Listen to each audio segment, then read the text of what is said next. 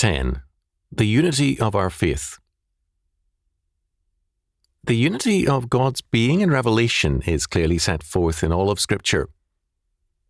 The doctrines of our faith are necessary aspects of one another and manifest the fact of the simplicity and unity of God's being. The doctrine of creation means that God, having created all things by His fiat word, is the sole determiner and predestinator of all things. God absolutely governs all of His creation, and this means providence.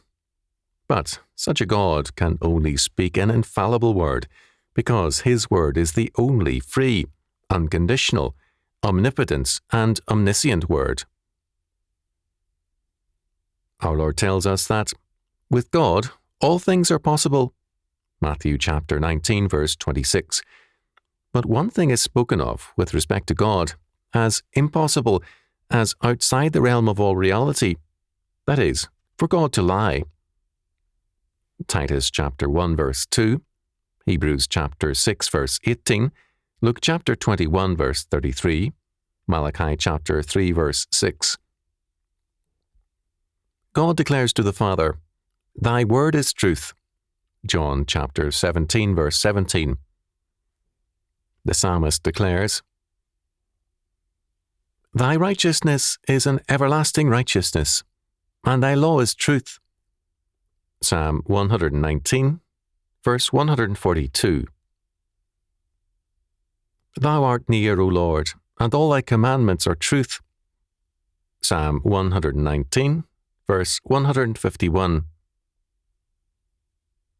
Moreover, it is a wooden and pedestrian approach to the Bible to discuss its infallibility in terms of one or two texts, such as 1 Timothy chapter 3, verses 16 and 17, as though such formal statements constitute the extent of Scripture's reference to infallibility or inerrancy.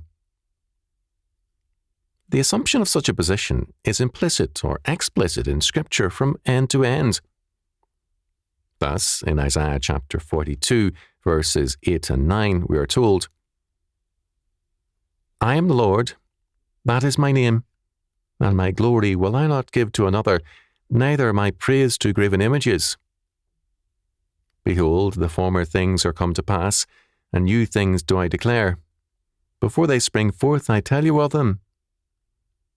Isaiah chapter 42, verses 8 and 9. God declares the absolute certainty of His word, and He declares the future to set forth that fact. Generations before Cyrus's birth, He names, calls, and appoints Cyrus to an ordained task. Isaiah chapter 45, verses 1 following. He grounds this assurance in the fact that He is the Creator.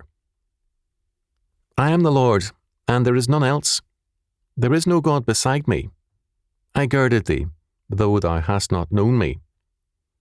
Isaiah chapter 45, verse 5, compare verses 6 to 10. He declares that He can be asked of things to come and declare them infallibly. Isaiah chapter 45, verse 11. God ordains that the wealth of the ungodly nations shall enrich His covenant peoples. Isaiah chapter 45, verses 12 to 17. No other God can save. Isaiah chapter 45, verse 20. Because only the Lord is the Creator, predestinator, and providential governor. No salvation is secure unless the Saviour is absolute Lord of time and eternity, whose every word is truth, and infallibly so, and who controls absolutely all time and eternity. Any God who cannot do all these things can offer only a conditional salvation, which can be lost tomorrow, or a century later, when His control slips a little. To tamper with any of these doctrines is to tamper with all. Our present concern is with the doctrine of providence, but it is necessary to see that no doctrine stands alone. They are all a part of the simple coherency of God. To cohere is to agree, and every attribute of God agrees with, and is a part of, every other, and all make up together the one simple being and nature of God. Man in the state of glory will have the coherency of a creation, but we lack it now. Even in the state of glory, man's word will only be a certain word, because he will live by every word that proceeds out of the mouth of God. Matthew chapter 4, verse 4. Here and now, man's word is an uncertain word. He can neither predict nor control his own future, let alone the world's. Hence, the necessity of moving always, in all planning, in terms of the qualification, the Lord willing. Moreover, there is no coherency in fallen man, and a very limited degree of coherency in redeemed man. We are full of differing opinions, attractions and desires, both good and bad, and these reflect the lack of coherency or agreement in our being. Paul states the problem of incoherency in its dramatic form. For the good that I would, I do not, but the evil which I would not, that I do. Now, if I do that which I would not, it is no more I that do it, but sin that dwelleth in me.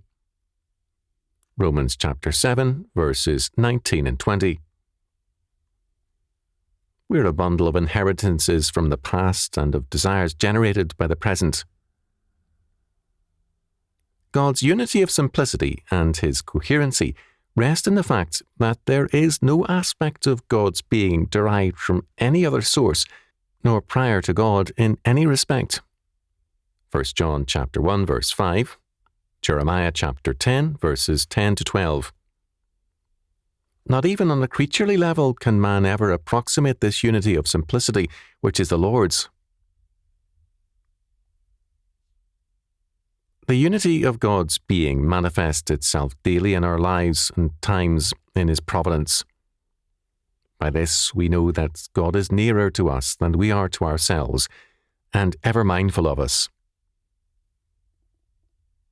The doctrine of providence banishes chance and blindness from our world and abolishes the spectre of meaninglessness.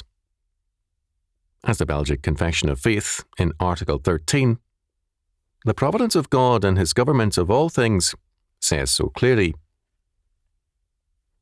We believe that the same good God, after he had created all things, did not forsake them or give them up to fortune or chance, but that he rules and governs them according to his holy will, so that nothing happens in this world without his appointment. Nevertheless, God neither is the author of, nor can be charged with the sins which are committed, for his power and goodness are so great and incomprehensible that he orders and executes his work in the most excellent and just manner, even then when devils and wicked men act unjustly.